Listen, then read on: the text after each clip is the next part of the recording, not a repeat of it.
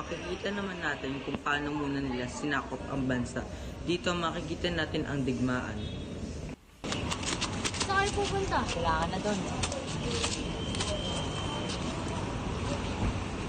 Kayo mga Berkel, sumama kayo sa amin. Dito makikita natin ang sapilitang pagtatrabaho nila kahit hindi naman nila ginagawa dapat. Ang ibig sabihin nito ay polo serbisyo. Pagod mo kami, hindi mo pa rin kami papakainin. Hindi, magtrabaho kayo dyan. Dito makikita natin ang mga patakaran na ginamit ng mga mananakop. Sino pumaksyon sa aming bansa? Kayo naman ang susunod sa mga kasama ninyo. Paano ang aming pamilya? Mahuhulit din namin sila. Dito makikita naman natin ang paghawak ng politiko upang makuha nila ang likas na yaman ng tinataglik ng bansang Indones. Huwag silang sasaktan. Wala kang magagawa. Sakop na namin bansa nyo.